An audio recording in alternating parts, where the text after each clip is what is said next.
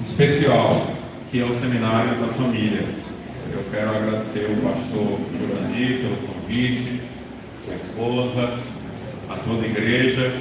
Para os que não me conhecem, eu sou irmão de Jackson aqui, que congrega com vocês, um pouquinho mais velho do que ele. Ele disse que queria puxar minha beleza. Eu falo, puxa da inteligência, não puxa da beleza não. Porque a gente não é muito provido de beleza. Peça a Deus inteligência que Deus vai dar. Mas brincadeiras à parte, eu sou da Igreja Batista em Jerusalém, congrego ali na Igreja do Centro, que fica na Lagoa do Calu. Trago aqui o abraço do meu pastor Moacir, da sua esposa, pastora Nádia, e do pastor presidente, o pastor Teobaldo. Quero dizer que é uma alegria muito grande estar aqui novamente, não sozinho, agora acompanhado da minha esposa. Pedi que ela fique de pé, para que vocês possam conhecê-la melhor. Cristina, a minha esposa. Nós somos pais de 3 filhos. O primogênito tem 25 anos, completou semana passada, está morando no estado do Goiás. Tem Arthur, que é o do meio, tem 19 anos. Terça-feira chega aos 20 anos. E Valentina, que tem 13 anos, e é a rapa do tacho.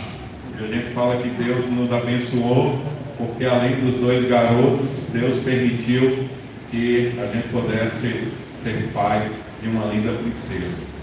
Sem muitas delongas, irmãos, eu quero pedir que vocês abram as suas Bíblias em um texto que é conhecido por alguns. É um texto que fala muito ao meu coração, e eu estava orando e pedindo a Deus o direcionamento para uma palavra, e Deus me levou novamente a esse texto, que é no primeiro livro do profeta Samuel, capítulo 30. Eu vou pedir que você abra a sua Bíblia aí, nós vamos ler a partir do versículo 1.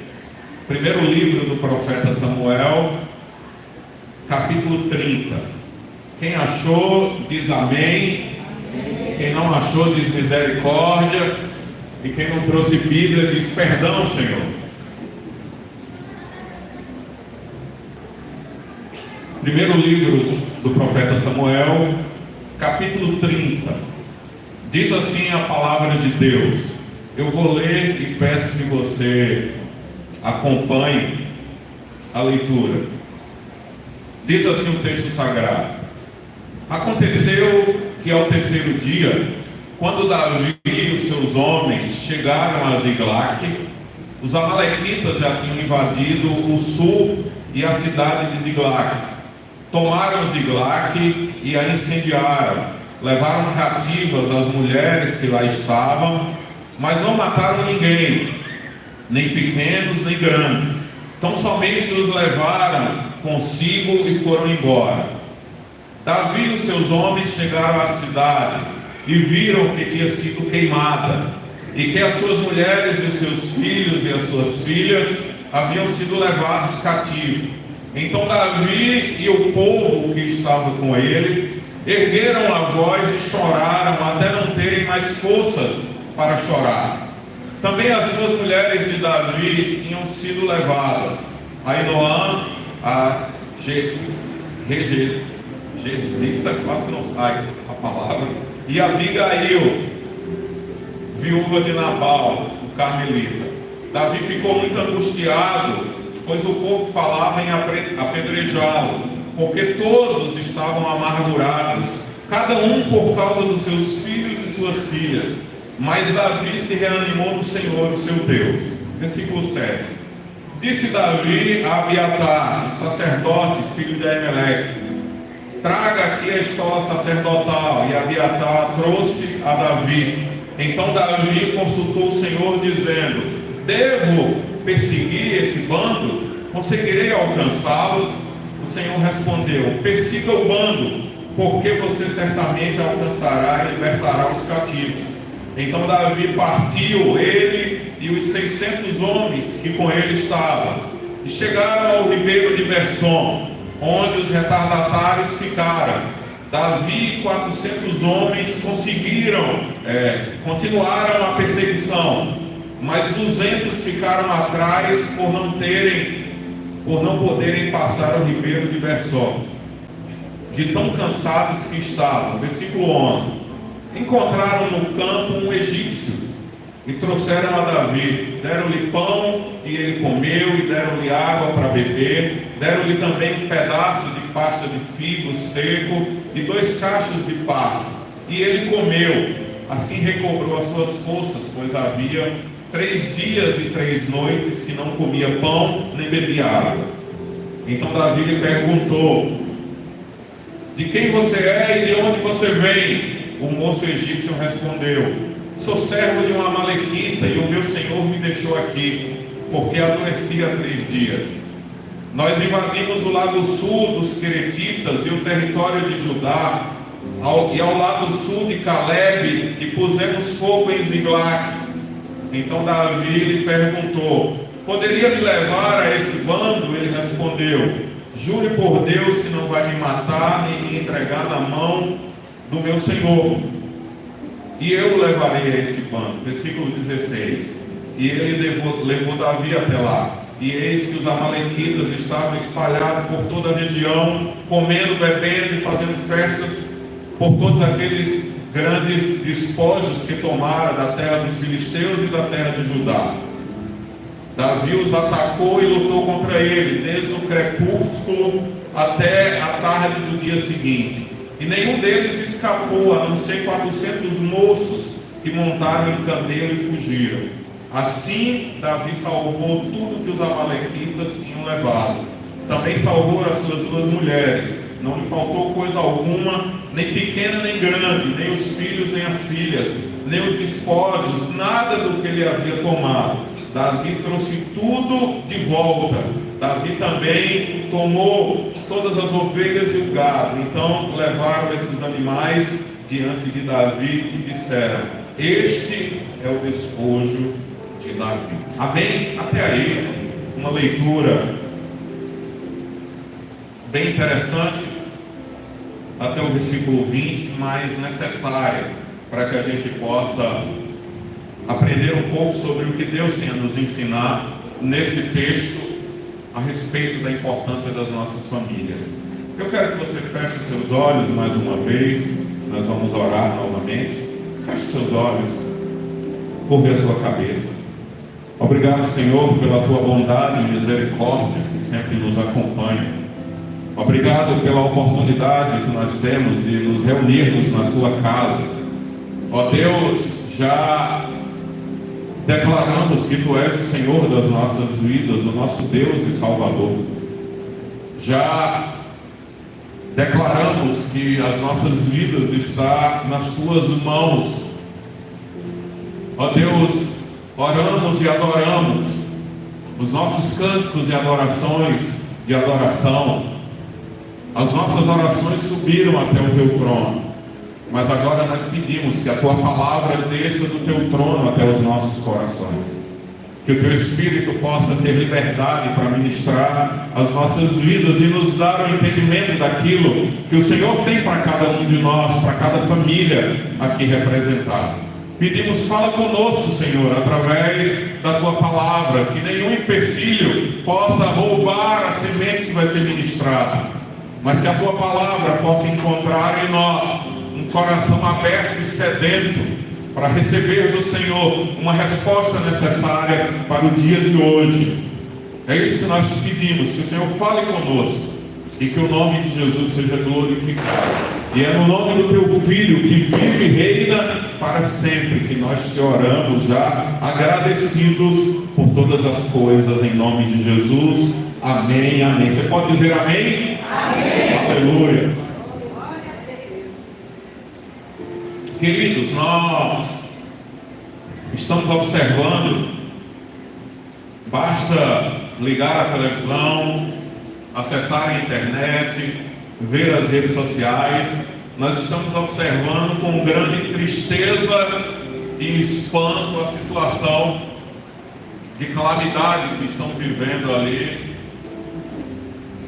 os nossos irmãos brasileiros, no Rio Grande do Sul.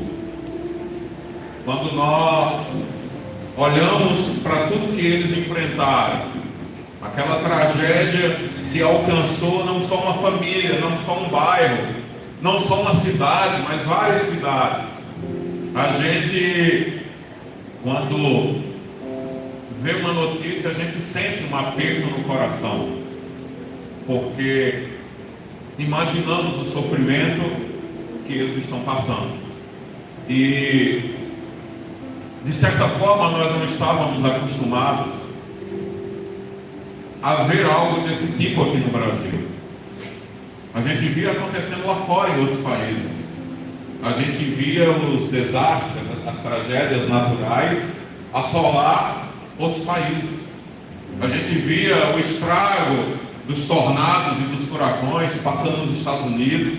A gente via o tsunami na Indonésia.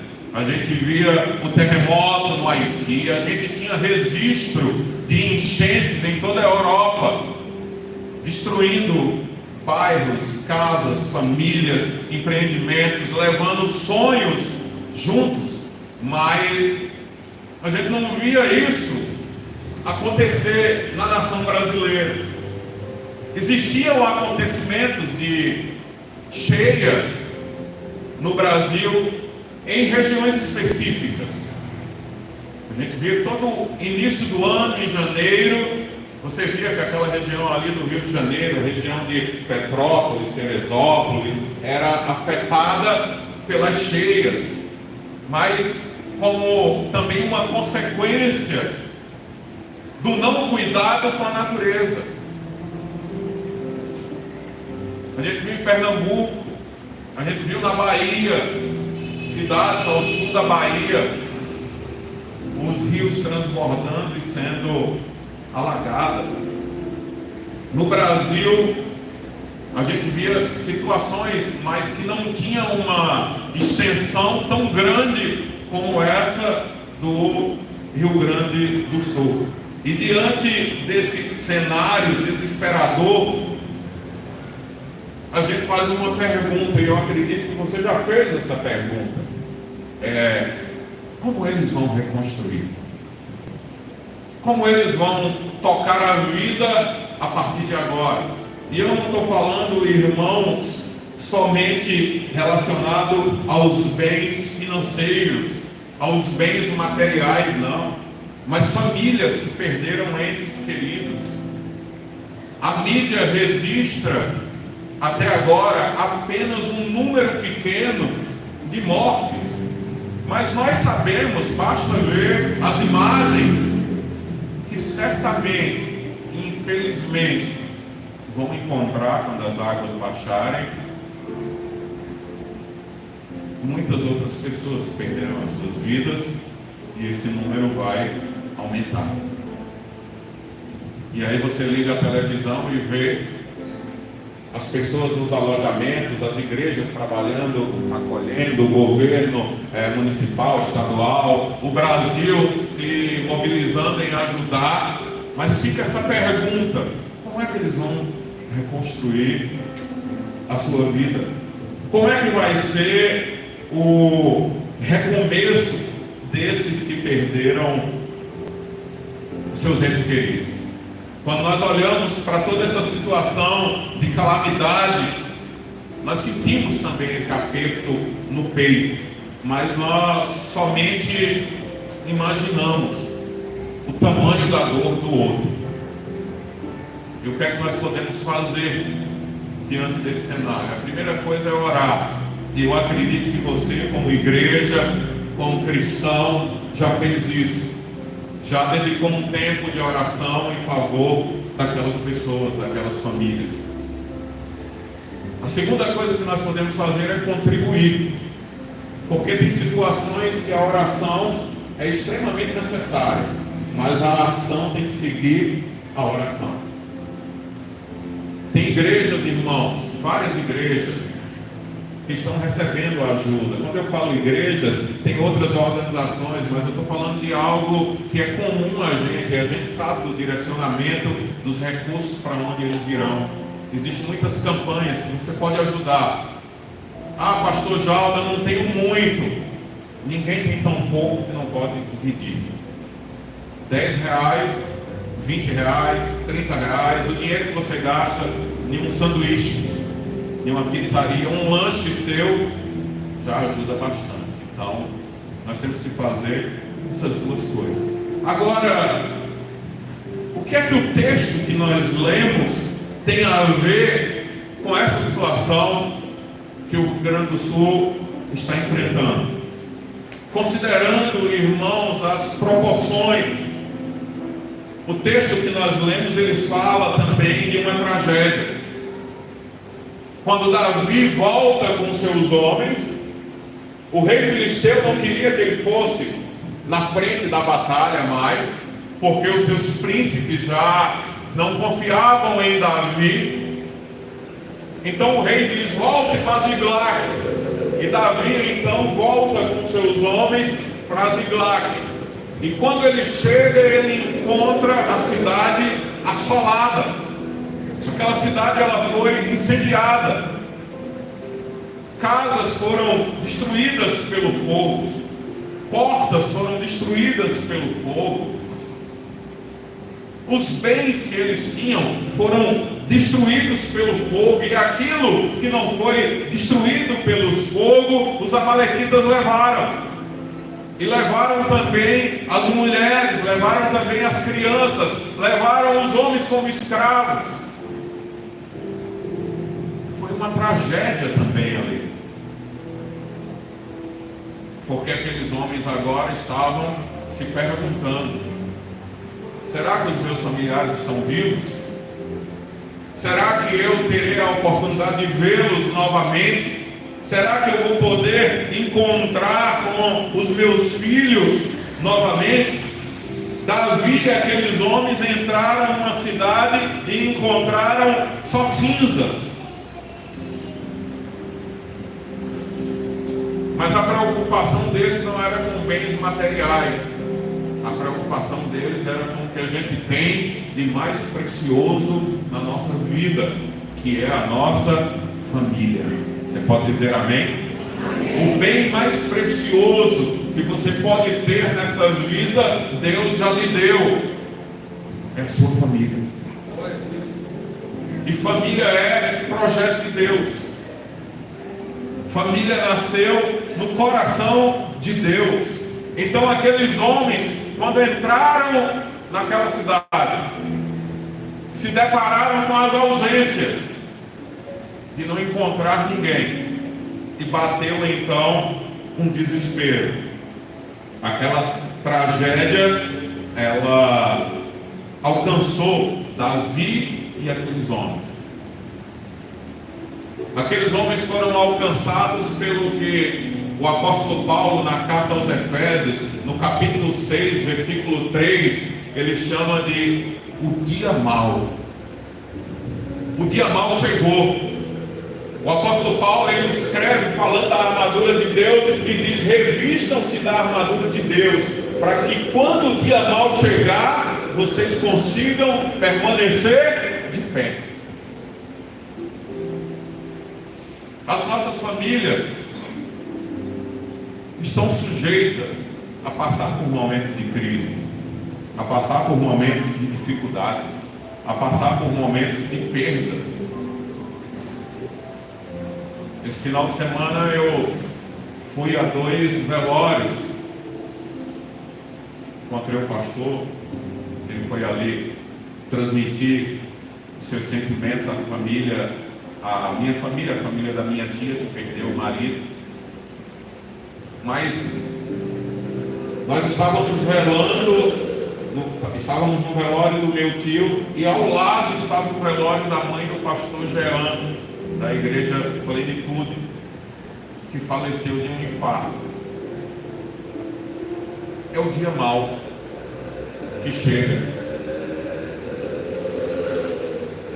É como vocês estavam orando aqui pela irmã que perdeu o filho. É o dia mau que chegou. E o que é que nos dá força para a gente se manter de pé quando o dia mau chega? É estarmos firmes em Deus.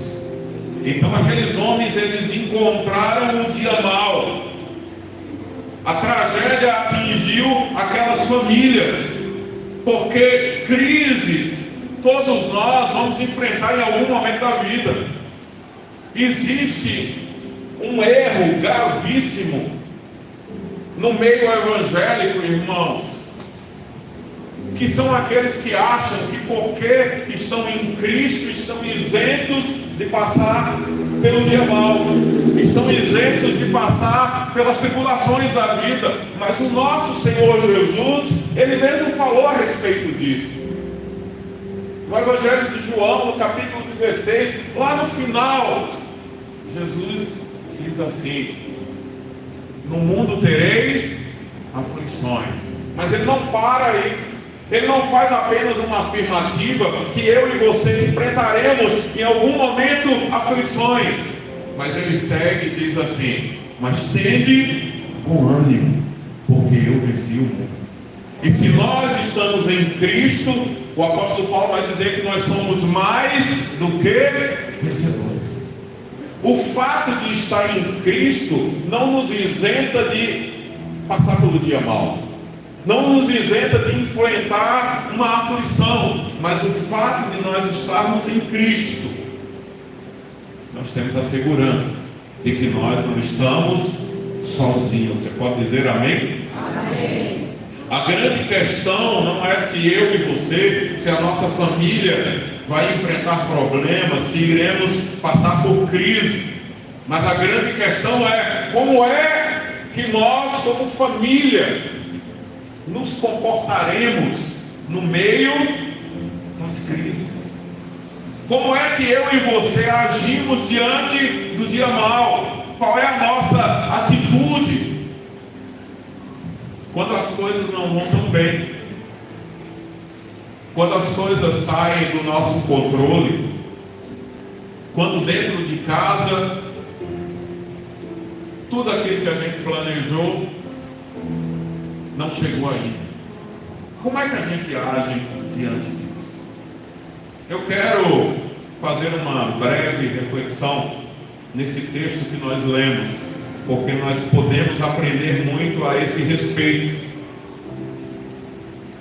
O texto fala de restauração e reconstrução familiar. Aquelas famílias foram atingidas, foram saqueadas, mas com a ajuda de Deus, Davi e aqueles homens conseguem a restauração. E esse texto tem muito a nos ensinar. E a primeira coisa que nós devemos aprender a respeito desse assunto é que nós precisamos reconhecer a realidade do problema, a realidade da perda. Nós precisamos reconhecer. Eu e você precisamos entender que nós não podemos ignorar os problemas que surgem na nossa frente e que surgem na nossa casa. Quando você vai para o livro de 2 Reis, no capítulo 4, a Bíblia fala de uma mulher que não podia ter filhos, e o profeta profetiza e ela engravida, mas aquele filho um dia vai ajudar o pai no campo, e ele passa mal e morre. E aquela mulher então pede ao marido para que o seu empregado prepare um jumento, um animal, e ela vai, monta e vai ao encontro do profeta. Mas antes de encontrar o profeta, ela encontra um discípulo do profeta chamado Geazi. E ele pergunta para ela: como vai a sua casa? Como vai o seu marido? Como vai o seu filho? E a resposta dela é: vai bem.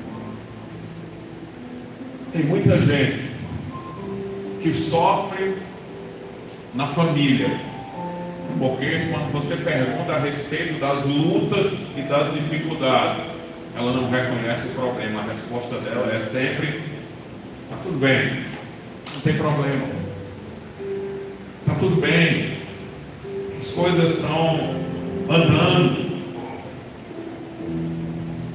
Muitos problemas familiares se tornam grandes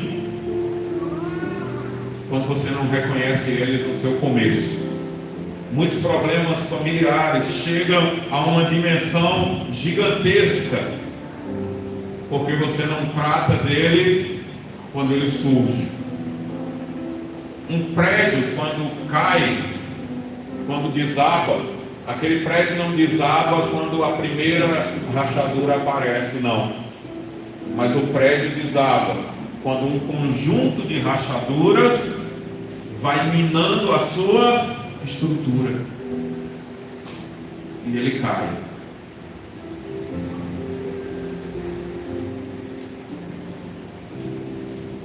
É preciso tratar o problema como problema. Nós não podemos fazer vistas grossas aos sinais de que as coisas não estão funcionando direito. Nós não podemos falar que nada aconteceu. Nós temos que reconhecer. É como uma pessoa, irmãos, que vai ao médico e recebe o diagnóstico de que as taxas de glicemia estão altas. Ele está em um quadro pré-diabético. Mas aí ele ignora toda a orientação do médico. Ele ignora o controle com a sua alimentação. E segue a sua vida como se nada precisasse mudar. E aí quando ele precisa voltar ao médico na segunda vez, o diagnóstico não é mais que ele é pré-diabético. O diagnóstico é que a diabetes já se avançou.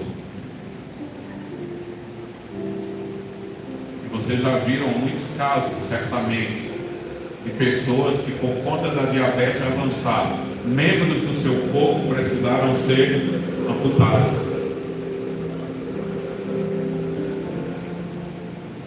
O problema na nossa família, a gente tem que encarar ele como aquela mulher que foi contar as dracmas e viu que uma estava faltando. Ela não disse, é apenas uma, eu tenho 9, não vai fazer falta não. A Bíblia diz que aquela mulher acendeu a luz, acendeu a candeira, iluminou a casa, levantou os móveis, foi procurar em cada canto a dracma que se havia perdido.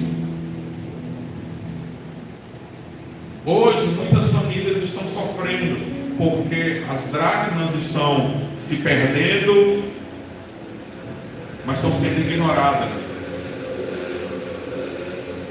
É como uma pessoa que não tem ainda o controle financeiro, mas o banco ligou para ele e disse, tem um cartão de crédito com limite aqui de R$1.000 para você.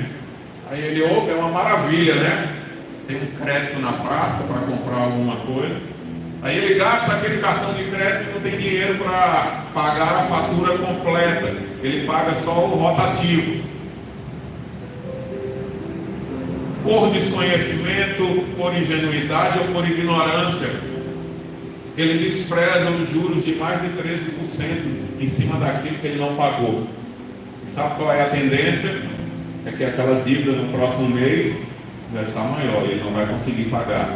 No segundo mês está maior ainda, ele não vai conseguir pagar. Ao ponto da bola de neve crescer e o cartão ser cancelado e ele está devendo horrores ao banco.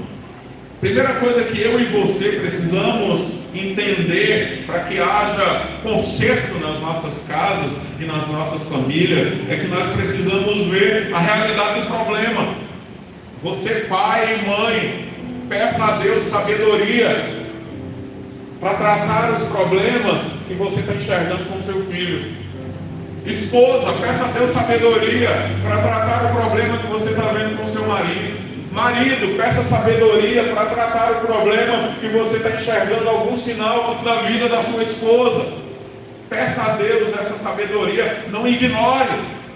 Toda reconstrução, ela só vai acontecer na prática depois que você tem um levantamento mínimo daquilo que precisa ser consertado. Quando Deus chama Neemias e dá a ele a missão de reconstruir os muros de Jerusalém, Neemias estava como copeiro do rei, Neemias estava em uma situação confortável. Mas quando ele ouve a notícia, ele senta, chora, o coração dele se entristece. E quando ele vai servir ao rei, o rei diz: eu nunca vi você com um semblante triste na minha presença. E ele então conta ao rei qual é o motivo. E o rei diz assim: como podemos ajudar? Aí ele vai orar ao Senhor. E ele pede autorização ao rei para ir trabalhar na reconstrução dos muros de Jerusalém. E o rei não só autoriza, como dá cartas e ajuda ele. Porque Deus ouviu a oração de Neemias e tocou o coração do rei.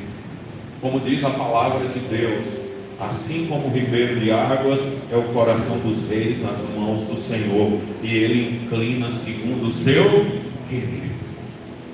Mas olha que coisa interessante. Eu vou abrir o texto aqui de Neemias, só para a gente ver essa passagem que fala a respeito, irmãos, da ação, do comportamento de Neemias, como ele trabalhou. No capítulo 2, eu vou ler na versão NVI, no capítulo 2, a partir do versículo 11, olha o que Neemias fez, irmãos. Olha que interessante. Livro do profeta Neemias, capítulo 2, versículo 11. Eu vou ler na Bíblia NVI. Diz assim a palavra do Senhor: cheguei a Jerusalém e depois de 3 dias de permanência ali, saí de noite com alguns dos meus amigos, e não havia contado a ninguém o que meu Deus havia posto no meu coração, que eu fizesse por Jerusalém. Não levaram nenhum outro animal além daquele que eu estava montado. Versículo 13.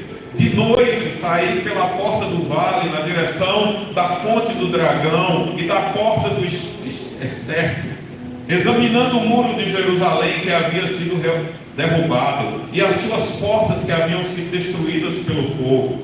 Fui até a porta das fontes e do tanque do rei, mas ali não havia espaço para passar o animal. Por isso eu subi ao vale de noite, examinei o muro, finalmente voltei e tornei a entrar pela porta do vale.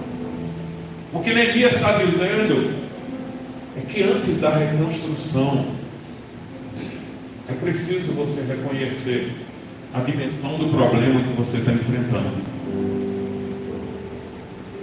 Porque somente com esses dados, essa realidade, é que você vai poder trabalhar para reconstrução.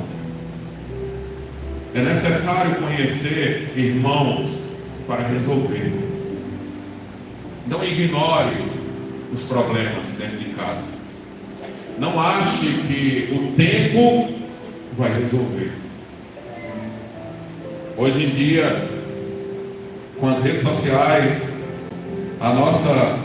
os nossos filhos, a geração mais jovem, vive antenada com as redes sociais. E eu quero lhe perguntar, é uma pergunta retórica: você já deu uma olhada no que seu filho está vendo na internet? Você já deu uma olhada no WhatsApp do grupo das amiguinhas do seu filho, da sua filha? Você já parou para analisar que a rede social dá acesso à internet, que é um portal? E quando a gente fala portal, se você tem mais de 40 como eu, você vai lembrar de um desenho chamado Caverna do Dragão, onde eles eram doidos para encontrar um portal para voltar para casa, mas o mestre dos magos sempre enganava. Mas portal dá a ideia de adentrar em um outro ambiente diferente daquele que você está. Quando uma criança, um adolescente, um jovem está com o celular na mão, ele está com uma ferramenta que tem a capacidade de ser um portal. E o que é que eles estão encontrando lá do outro lado? Foi isso que Neemias fez. Neemias vasculhou a cidade para saber o tamanho do problema. Então a primeira coisa que nós observamos nesse texto de Davi sofrendo com aqueles outros homens quando estão lá em Ziglag, é que eles reconheceram que tinha um problema e esse problema precisava ser tratado. Segundo ponto, o que o texto nos mostra, irmãos, é que problema familiar ele tem que ser enfrentado junto. É na unidade da casa que nós nos fortalecemos. Se você estiver enfrentando um problema no seu trabalho e você não falar para a sua esposa, se você não falar para os seus filhos, se você não compartilhar na sua casa, aquela carga vai se tornar muito pesada para você carregar sozinho. Se você é jovem, não tem o diálogo com seus pais para falar: olha, hoje eu tive um problema. Hoje eu tive um problema na minha escola, hoje eu tive um problema no meu trabalho, hoje eu tive um problema na rua. Eu tenho questões que precisam de ajuda. A adolescência e a juventude é marcada por isso. Mas você tem que buscar na unidade da família a resposta. Aqueles homens entenderam que a resposta não vinha de uma pessoa só, mas eles se uniram tanto no choro como na busca da solução. E o choro foi tão grande, irmãos, que a Bíblia diz que eles choraram até não ter mais forças. Quantos maridos estão sobrecarregados porque não compartilham com as suas esposas as dores que estão lhe afligindo? Quantas esposas estão sobrecarregadas porque não compartilham com os maridos os problemas e as dores que estão enfrentando? Quando a gente olha para esse texto, a gente entende que problema familiar deve ser enfrentado junto. A unidade é essencial para se conseguir alcançar a solução necessária.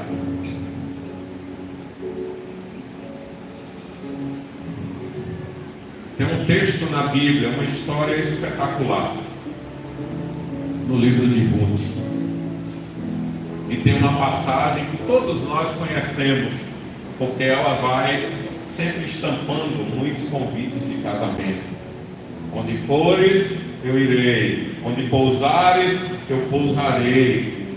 O seu Deus será o meu Deus. Mas essa declaração de Ruth, sabe para quem ela fez? Ela fez com a sua sogra, chamada Noemi. Ruth tinha perdido o seu marido.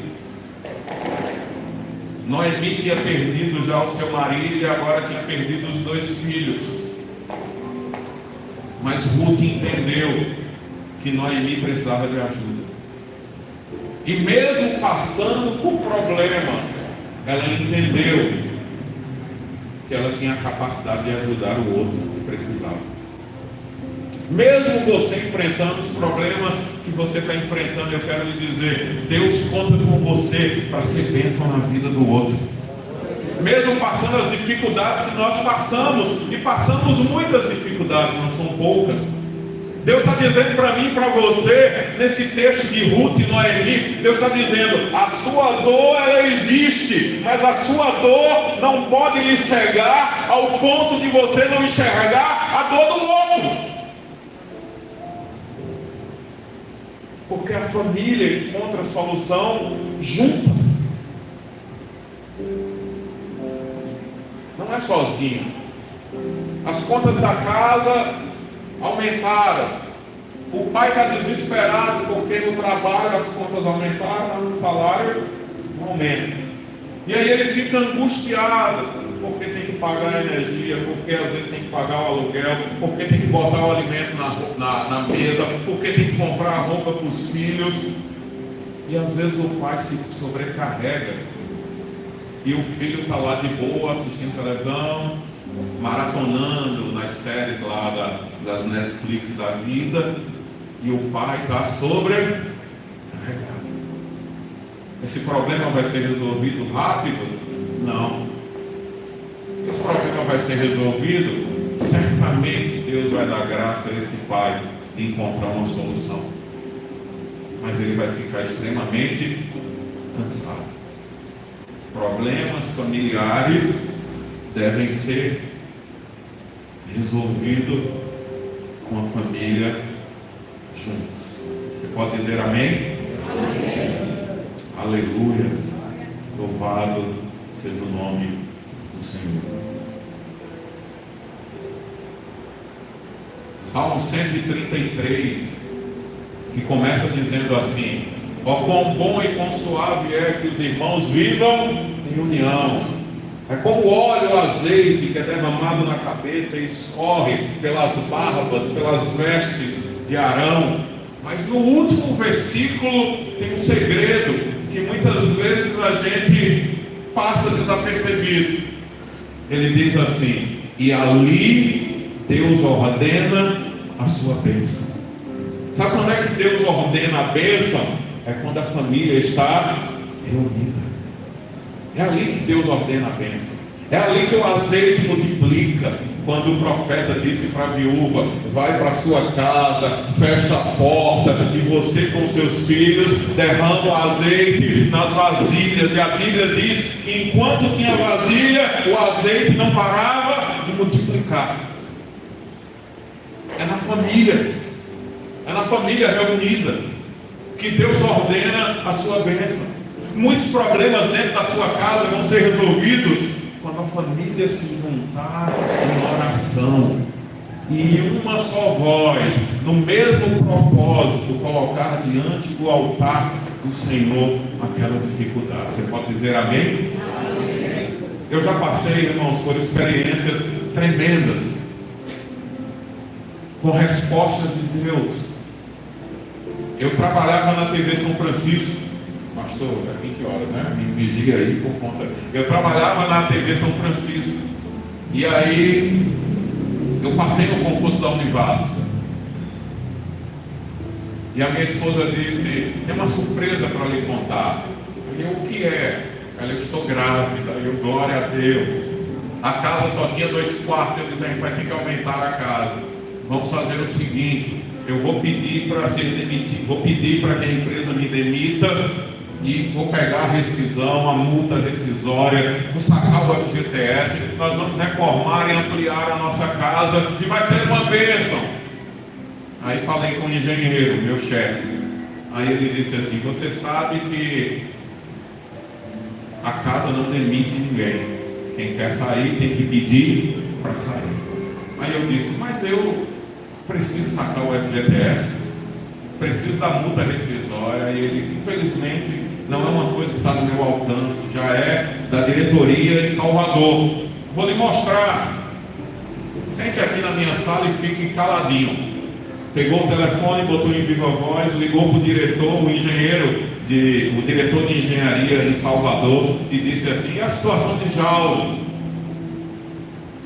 Seria bom se a gente pudesse demiti-lo. Aí o engenheiro disse assim: você sabe que a empresa não demite, a gente gosta do trabalho dele. Se fosse uma decisão minha, eu já teria feito isso, mas não é uma decisão minha.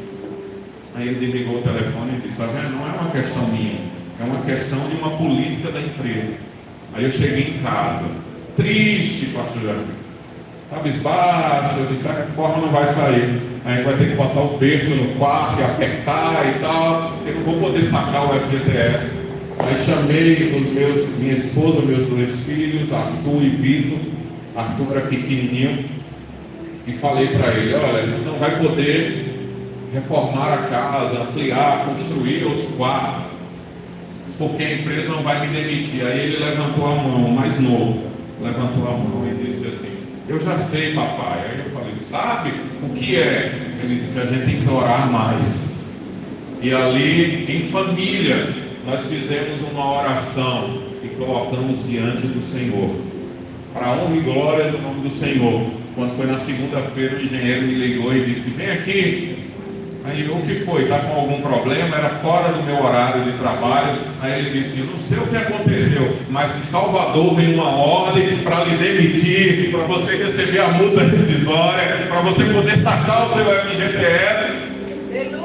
Aleluia! E quando eu falei para uma amiga que eu estava orando e que Deus ia fazer isso, aí ela disse assim: você é muito ousado, né? Quem lhe garante que isso vai acontecer? Olha, fulano pediu demissão, Sibeli Fonseca pediu demissão, Fabiola Moura pediu demissão, Isabela Ornelas pediu demissão. Por que com você vai ser diferente? Aí eu disse: abra a sua Bíblia aí, vamos ler esse texto. Aí eu li, parafraseando. Aí eu li a palavra de Deus e disse assim: como ribeiros de água, lá em Provérbios 21, versículo 1, como ribeiros de água, assim é o coração do diretor da Rede Bahia, e Deus inclina segundo o seu querer. Ela olhou para mim admirada e disse: você tem muita fé. Eu falei: é a fé que faz montanhas se mover. E quando nós nos reunimos em casa e oramos em família, na semana seguinte, a bênção chegou. Ore em família. Busque a Deus em família. Não busque a Deus somente na hora da dor, não. Mas tente construir o hábito de orar em família. Chame os seus filhos, converse com eles. Minha esposa é um milagre de Deus. Ela contraiu o Covid na forma mais grave. Passou 21 dias hospitalizadas. Desses 21 dias, 11 ela passou na UTI. Dos 11, 10 ela passou entubada. E foi uma angústia, irmãos, tão grande que eu vivi, que Deus sabe as lágrimas que eu derramava diuturnamente. E quando foi um dia, eu com Covid, isolado no meu quarto, minha esposa na UTI, entubada, minha filha no quarto dela, ela conversa comigo: pai, eu estou sem conseguir dormir. Aí eu disse assim: vamos orar. Aí antes de orar eu fui ler um texto da palavra, lá em Atos dos Apóstolos. E eu disse: vamos orar. Olha o que diz a palavra de Deus. E Pedro estava preso. Enquanto Pedro estava preso, a igreja estava orando por ele. E Deus mandou um anjo e tocou, acordando Pedro, e abriu as portas do cárcere. E Pedro saiu. E aí eu orei com ela.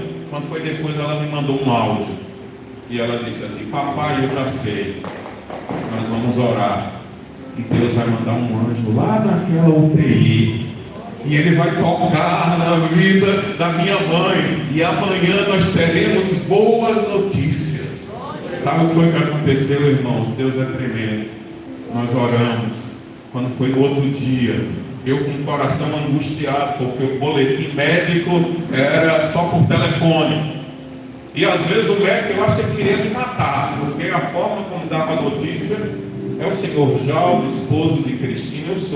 Eu quero dizer que ela ainda está conosco. Eu falei: o homem quer me matar antes do tempo. E aí, naquele dia, posterior à oração que eu fiz com a minha filha, poucos dias depois, ela disse: pai, nós vamos receber boas notícias. Aí o médico ligou, o chefe da UTI de Covid, e disse assim: sua esposa está respondendo bem, nós já diminuímos os sedativos e ela já está acordando e vai ser desentubada. Aí eu: louvado seja o nome do Senhor. Problemas na família resolvidos com a família unida. Você não é super-homem, você não é Mulher Maravilha para tentar resolver as coisas sozinhas. Mas eu quero rapidamente falar outros pontos desse texto.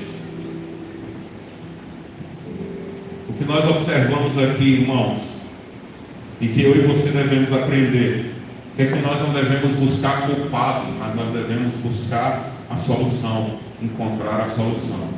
A Bíblia diz que o coração de Davi ficou angustiado porque os homens estavam pensando em apedrejá-lo. Os homens atribuíram aquela tragédia a Davi. E isso não é algo muito diferente que acontece em muitas famílias, não. Muitas famílias, quando o problema acontece, às vezes, em vez de buscar a solução, busca-se apontar culpado. A culpa é sua porque você não tratou direito. A culpa é sua porque você não educou direito. A culpa é sua porque você não fez isso. Eu lhe avisei porque você não fez isso. Levantar culpados não traz solução. Aqueles homens que queriam culpar Davi por isso. E a alma de Davi se angustiou, irmãos, ao ponto de Davi se entristecer, porque ele também estava sofrendo, porque a sua família foi levada cativa. Quando tiver um problema em casa, não busque culpados, mas seja parte da solução, em nome de Jesus. Você pode dizer amém? Está tensa essa palavra. Um dia eu estava conversando com uma mãe que veio me pedir ajuda porque o filho estava envolvido com drogas. E eu pedi para ela me contar a história. E de todo o tempo que ela contou a história, ela só dizia: a culpa é do meu ex-marido. Ele entrou nas drogas por causa do meu ex-marido. Ele está assim porque não foi assistido pelo meu ex-marido. Aí eu disse para ela: apontar culpados não vai trazer solução.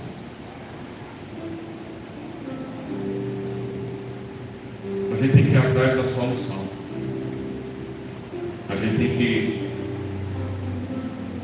buscar em Deus a ajuda. E foi isso que Davi fez. A palavra de Deus vai dizer que Davi, abre a sua Bíblia por favor, eu já quero encerrar. Davi, lá no capítulo 30 de 1 Samuel, olha o que diz a palavra de Deus. Acompanhe comigo na leitura bíblica. Diz assim o texto sagrado: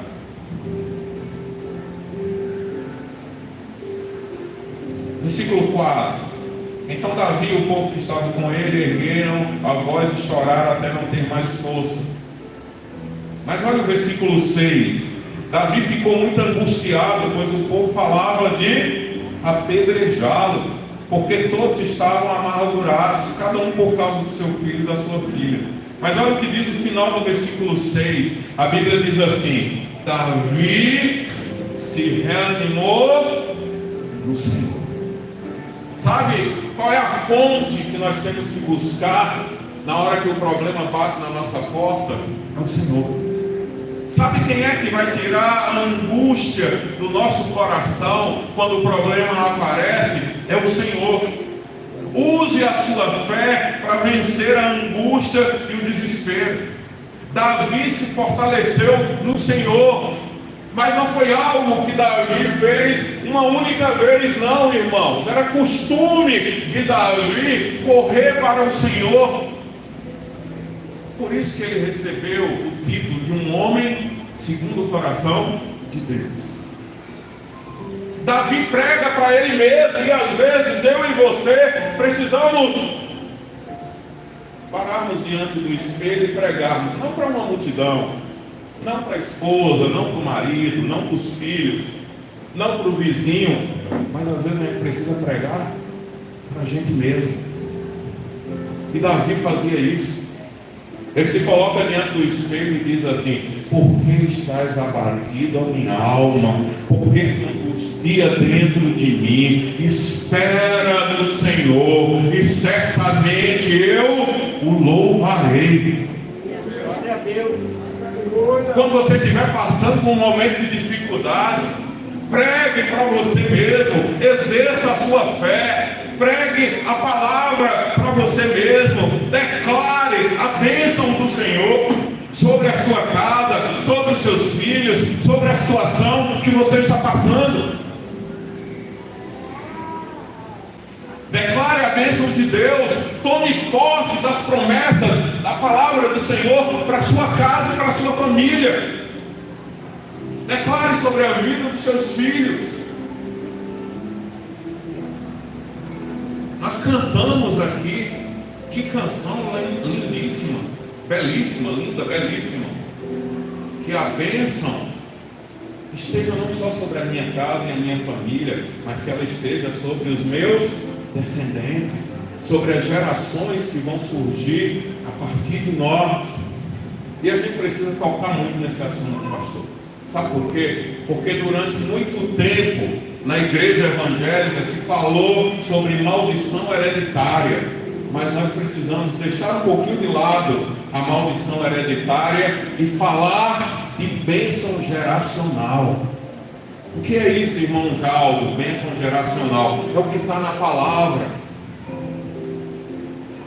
Quando José viu que o seu pai já estava perto de partir, ele levou os seus filhos para Jacó abençoar. E Jacó então liberou a bênção sobre a vida de cada um deles. Porque era costume em Israel, na vida dos patriarcas, liberar a bênção sobre as gerações.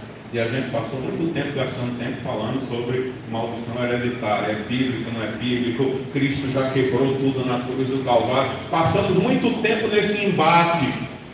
Mas o que a gente precisa fazer é declarar a bênção sobre a vida dos nossos filhos. É declarar a bênção sobre a vida dos nossos netos. É declarar a bênção sobre o marido que Deus vai dar à sua filha, sobre a esposa que Deus vai dar ao seu filho, sobre os netos que Deus vai lhe dar. É você declarar a bênção dele. Eu oro, irmãos, pelo casamento da minha filha. Ela tem 13 anos.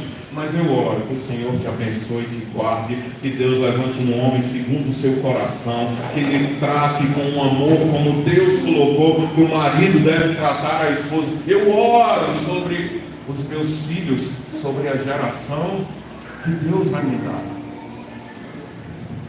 Precisamos fazer isso. Precisamos declarar a palavra dentro de casa. Precisamos exercer a fé, mas não é uma fé cega, não é uma fé aleatória, é uma fé que tem a palavra como a sua base.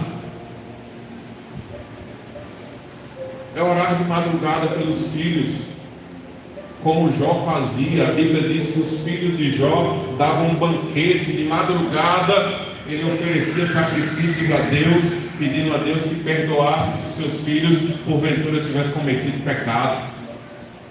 É a gente orar pelos nossos filhos de madrugada. Qual foi a última vez que você levantou de madrugada e foi no quarto do seu filho e orou por ele, da sua filha? Mas não é só filho, não. Orou pelo seu marido, orou pela sua esposa. Ele está lá de boca aberta, roncando. Estou falando de mim mesmo, entendeu? E minha esposa levanta a mão e diz: Senhor, abençoa esse roncador aí, toca na vida dele, ajuda ele. Qual foi a última vez que a gente fez isso? Qual foi a última vez que a gente dobrou os joelhos? Existe um ministério, irmãos, que vocês conhecem, que foi criado pela esposa, a primeira esposa do pastor Jeremias Pereira, da Presbiteriana de Belo Horizonte, chamado Ministério Débora. E o lema deles é: pais de joelhos, filhos de pé. Qual foi a última vez que você dobrou os joelhos, como a pastora falou aqui? Não para orar para o seu filho passar no Enem, entrar na faculdade, não para orar para o seu filho arranjar um emprego bom, não para... Isso é importante. Mas qual foi a última vez que você orou dizendo assim: Espírito Santo, pega eles. Eu quero que os meus filhos tenham experiências com Deus. Eu quero que os meus filhos tenham experiência com o Espírito Santo. Eu quero que os meus filhos sejam cheios do Espírito Santo. Qual foi a última vez que nós dobramos o nosso joelho como responsáveis por eles, pedindo a Deus que abençoe as suas vidas? E correndo para encerrar, eu não posso terminar. Davi pede direção a Deus. A Bíblia diz que Davi chama o sacerdote e pede para ele trazer a escola sacerdotal, e ele vai consultar ao Senhor. Ele vai buscar a orientação a Deus. E esse é o último, mas não menos importante tópico que eu quero abordar aqui. É o mais importante. É buscar a direção de Deus. É buscar a orientação do Espírito Santo para enfrentar os problemas do dia a dia. É pedir apoio a Deus, porque eu e você sabemos que não podemos nos nos apoiar na força do nosso próprio braço. Para resolver os problemas dentro de casa, eu preciso da direção de Deus, eu preciso da ajuda do Espírito Santo, eu preciso da orientação dos meus pastores e dos meus líderes. Ei, não tente resolver sozinho, sozinho você não vai conseguir. Peça ajuda, mas não peça ajuda a qualquer um, não. Peça ajuda a Deus, peça ajuda ao Espírito Santo, peça ajuda aos seus pastores, aos seus líderes. A Bíblia diz lá em Provérbios 11, que por falta de sabedoria se perde uma guerra, mas na multidão de conselheiros há sabedoria. Você não pode também sair pedindo conselho a todo mundo, não. A Bíblia fala de um jovem que desprezou o conselho dos sábios e foi pedir conselho aos seus amigos, e a situação só piorou. Peça ajuda a Deus. Aquele problema que você está enfrentando dentro de casa. O meu marido não se converteu ainda, pastor João. Peça ajuda a Deus. O meu filho está rebelde. Peça ajuda a Deus. Meus filhos deixaram de falar um com o outro. Peça ajuda a Deus. Exerça a sua fé. Declare a palavra. É a bênção do Senhor sobre a sua casa. O ano passado, viajei para Foz do Iguaçu. E eu sempre gosto de procurar uma igreja e participar de um culto, para aprender e receber a palavra de Deus. E aí eu estava em um culto em uma igreja lá em Foz do Iguaçu, e o pastor disse assim: sabe por que eu estou aqui? É porque aquela mulher não desistiu de mim.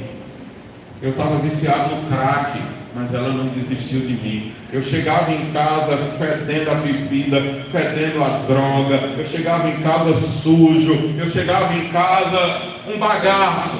Mas ela abria a porta, me dava um abraço e dizia: o Senhor lhe abençoe, o Senhor lhe liberte, o Senhor cumpra uma obra na sua vida que vai ser transformadora para a glória do nome de Jesus. E sabe o que aquela mulher fazia, pastor? Eu achei interessante. Ela disse que ia para o culto, sentava numa cadeira e botava a Bíblia dela na cadeira do lado. E uma pessoa perguntou: mas por que você deixa sempre uma cadeira vazia do seu lado? Ela disse: não está vazia não. Quando eu chego aqui eu oro, eu digo: Espírito Santo, sente do meu lado até o Senhor trazer o meu marido. Sente do meu lado até o Senhor trazer o meu filho. Sente do meu lado até o Senhor trazer o meu pai. Sente do meu lado até o Senhor trazer a minha esposa. É essa oração que a gente precisa fazer, para que haja transformação e restauração no nosso lar. Deus é o Deus que transforma. Deus é o Deus que restaura. Deus é o Deus que nos capacita para viver algo novo, mesmo quando as circunstâncias dizem que não tem mais jeito. Sabe por que eu estou aqui falando com vocês? Porque a minha mãe não desistiu de mim. Glória a Deus. Quando eu estava envolvido com drogas, minha mãe dobrava os joelhos e eu entrava em casa drogado, e para chegar no meu quarto eu passava pela porta do quarto dela e eu via sempre a porta entreaberta, e quando eu ia olhar se eles estavam acordados, minha mãe estava de joelho no pé da cama, dizendo: Senhor, tem misericórdia da vida do meu filho, Senhor, liberta ele das drogas, Senhor, toca no coração dele. Lute pela sua família. Davi não só orou, Davi não só pediu a direção a Deus, mas Davi levantou e foi. A oração precede a ação. Talvez você que está hoje aqui esteja cansado de lidar com algum problema familiar, mas eu quero te dizer: continue lutando. Continue lutando. Deus conhece as suas lágrimas. Deus conhece a sua história. Glória a Deus.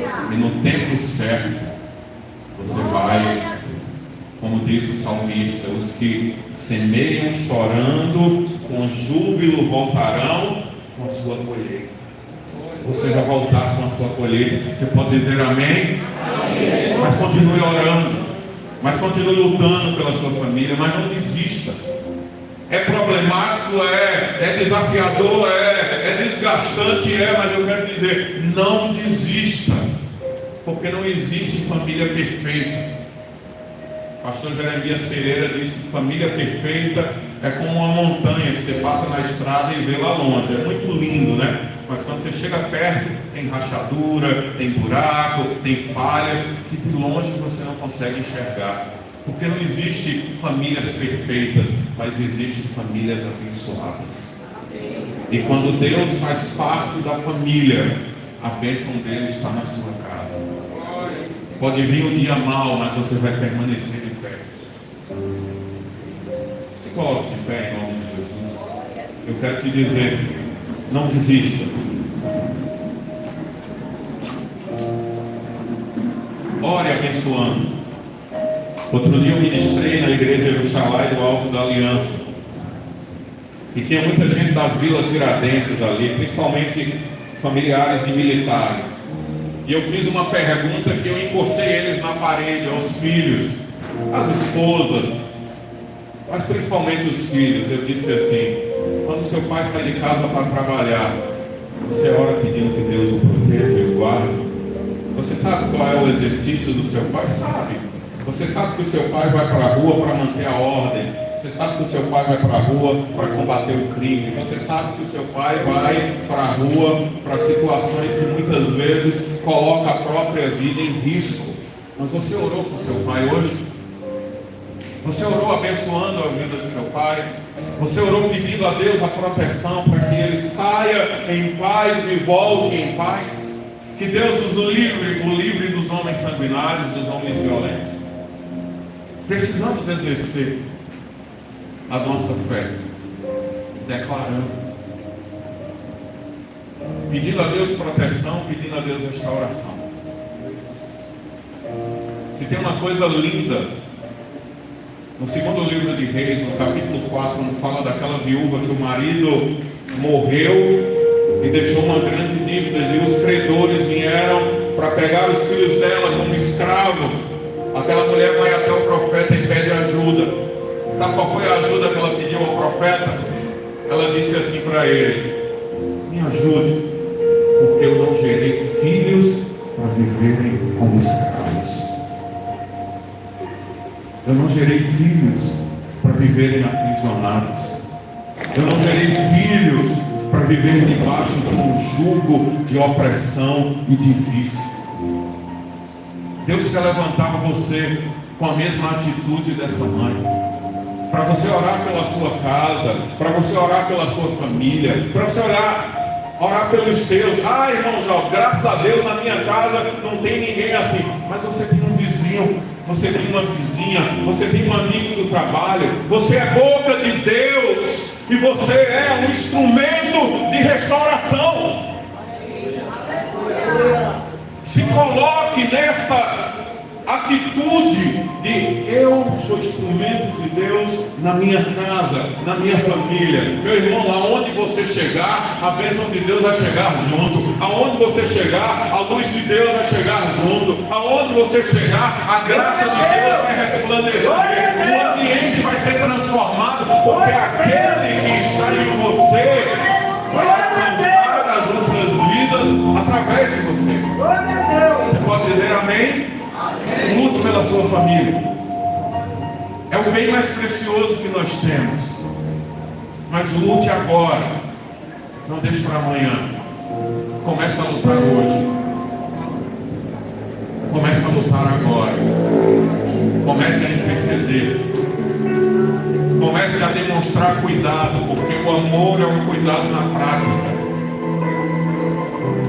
Busque hoje. Peça ajuda ao Espírito Santo e Ele vai ministrar a direção que você precisa. Às vezes alguém me liga e diz assim: vem aqui em casa, eu estou passando por um problema. Eu digo: meu Deus, o que é que eu vou falar? Senhor, bom, eu não sei nem como resolver esse problema. Mas aí eu dobro os meus joelhos e digo assim: Espírito Santo, venha comigo. Espírito Santo, me dê sabedoria. Espírito Santo, guie os meus lábios. Espírito Santo, me ensine a falar aquilo que vai gerar uma transformação, para que o seu nome seja glorificado. Faça isso hoje. Nós falamos aqui dos velórios. Quando o velório chega, irmão, é um choro, porque não se pode fazer mais nada. O tempo da gente fazer é hoje. Ontem eu estava no cemitério e eu vi uma pessoa falar assim: meu pai morreu, mas eu tinha tantos planos ainda para executar com ele e não consegui. Não deixe para amanhã um plano que Deus colocou no seu coração para fazer hoje.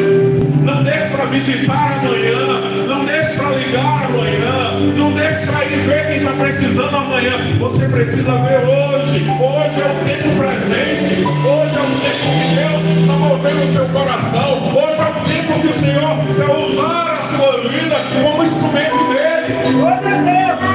Deus quer lhe usar como uma coluna na sua casa, na sua família. Mas o tempo é hoje. Davi se angustiou, Davi se entristeceu, mas a Bíblia diz que Davi se reanimou no Senhor. E depois que ele se reanimou no Senhor, ele entendeu: há uma resposta, há uma solução, há um caminho, mas esse caminho não é o meu, esse caminho é o de Deus. Então eu tenho que pedir a orientação a Deus. E ele então perguntou: Senhor, eu posso ir? Senhor, eu vou ter vitória. E a Bíblia diz que debaixo da direção de Deus, tudo que foi levado foi restituído, tudo que foi tomado foi trazido de volta, porque a bênção de Deus está sobre as famílias, a bênção do Senhor está sobre a sua casa. Aleluia. Coloque a mão no seu coração. Aleluia. Comece a orar agora pela sua casa. Comece a declarar agora sobre a sua casa a bênção do Senhor. Declare a bênção sobre os seus filhos. Declare a bênção sobre os seus pais. Declare a bênção sobre os seus irmãos. Declare a bênção sobre os seus sobrinhos, cunhados, sobre a sua sogra. Declare a bênção de Deus sobre toda a sua família. Declare uma palavra de libertação. Pastor Jaldo, o meu irmão ainda bebe.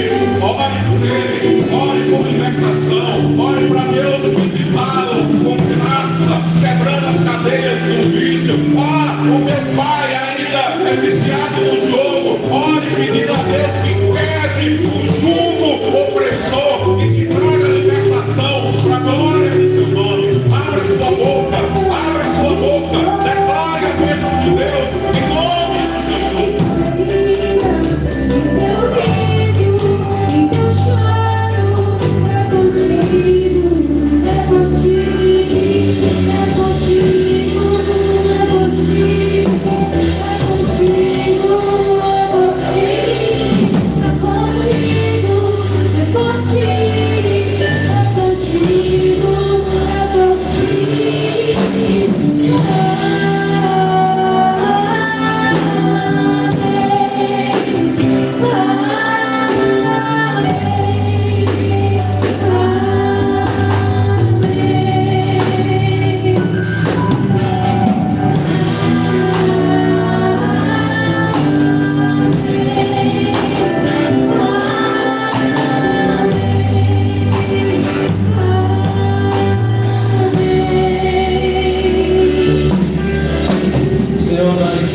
O teu nome, a tua palavra diz, o apóstolo Paulo falando, por essa causa eu me ponho de joelho, por quem toma o nome toda a família dos céus e na terra. Senhor, nós oramos em favor, Senhor, da nossa família, da nossa casa. Nós abençoamos o nosso lar, nós abençoamos os nossos filhos, nós declaramos filhos cheios do teu Espírito, Senhor, filhos que vão viver uma vida espiritual abundante na tua presença, para a glória do Senhor. Nós declaramos esposa, dos nossos esposos, Senhor. Nós declaramos sobre toda a nossa casa, sobre a nossa parentela, a unção, declaramos, Senhor, a bênção da saúde sobre o nosso lar, declaramos, Senhor, as bênçãos, Senhor, declaramos prosperidade sobre a vida da nossa família, e nós rogamos ao Senhor, meu Deus, que abençoe, que nossa família seja assim, sarada, restaurada, para a glória do Senhor. Nós abençoamos a nossa casa, nós abençoamos, Senhor, o nosso lar, e nós pedimos ao Senhor, abençoa as nossas vidas, Senhor, para que nós possamos sempre ser um canal de bênção, meu Deus, para a glória do teu nome. Abençoa, meu Deus, cada lar aqui representado, Senhor. Oh Deus, em nome de Jesus, ouve, Senhor, nosso clamor nessa hora. Atende as orações que foram feitas, Senhor, no decorrer dessa semana, para a glória do teu nome. Abençoa o teu povo que nessa noite se reúne aqui. Nós te louvamos por tudo que o Senhor fez nesses dias. Te agradecemos pela tua palavra, Senhor, que é ministrada sobre o nosso coração, para que nós possamos viver em família, orar, meu Pai, em família, buscar a tua face em família, Senhor, para que a gente possa celebrar também em família a fidelidade, o amor de Deus, que ouve as nossas orações, que atende o nosso clamor para a glória do teu nome. Abençoa o teu povo, Senhor, abençoe de uma forma toda especial a cada um, meu Deus, dos teus filhos que estão aqui nessa noite. Nós oramos, Senhor, como teu servo, como teu ministro, Senhor. Deus, abençoa para a glória do teu nome, abençoa essa grande família chamada Igreja Congregacional Betel, Senhor, que juntos, como filhos do Senhor, nós podemos, meu Deus, orar, vivermos em união para a glória do teu nome e alcançarmos as vitórias, Senhor, que isso tem para nós, para a glória do teu nome. Abençoa, Senhor, todo o teu povo, é o que eu te peço, meu Pai, nessa hora, em nome de Jesus, em nome de Jesus, em nome de Jesus. Amém. Glória a Deus. Sente um pouquinho. Amém. Nossa irmã Marcinete,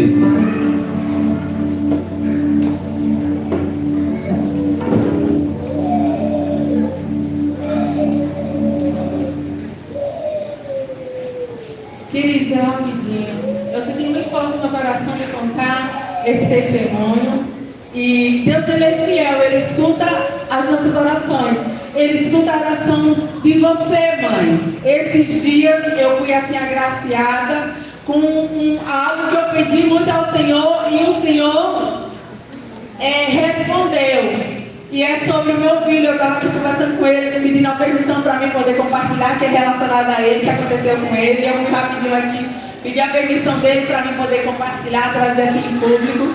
E umas 2 semanas eu oro muito para o meu filho, sabe? Aquilo que eu falei, meu filho não está aqui porque ele é esposo de pastor, porque ele toca um teclado, meu filho está aqui porque tem um propósito de Deus. E eu ensino sempre isso para ele. Ele tem que amar o Senhor em primeiro lugar. E as minhas orações que eu tenho orado ao Senhor, Deus, da experiência do Senhor com o Isaac, que sabe com a experiência com o Deus Espírito Santo, que sabe a Sofia tem experiência com o Senhor.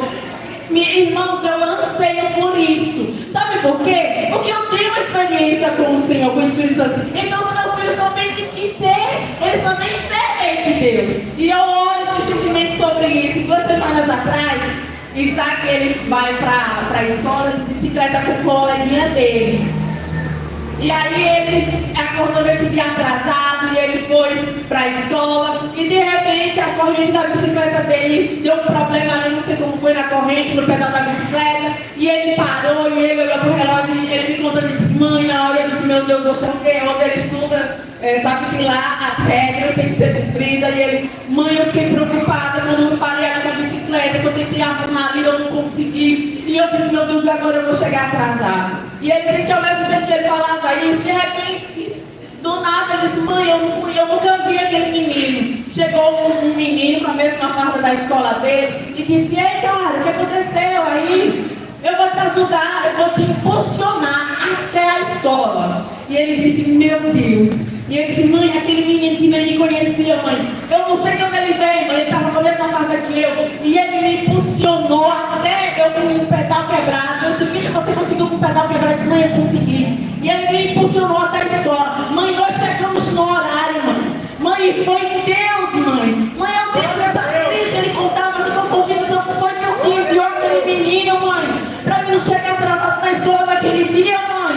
E vocês não têm noção como eu fiquei. Eu estou de sacanagem. O glória. É isso aí mesmo. É desse jeito, minha irmã. Eu fui só, não deixei ele ver, eu fui só dizendo, Deus é fiel. Ele deu uma experiência.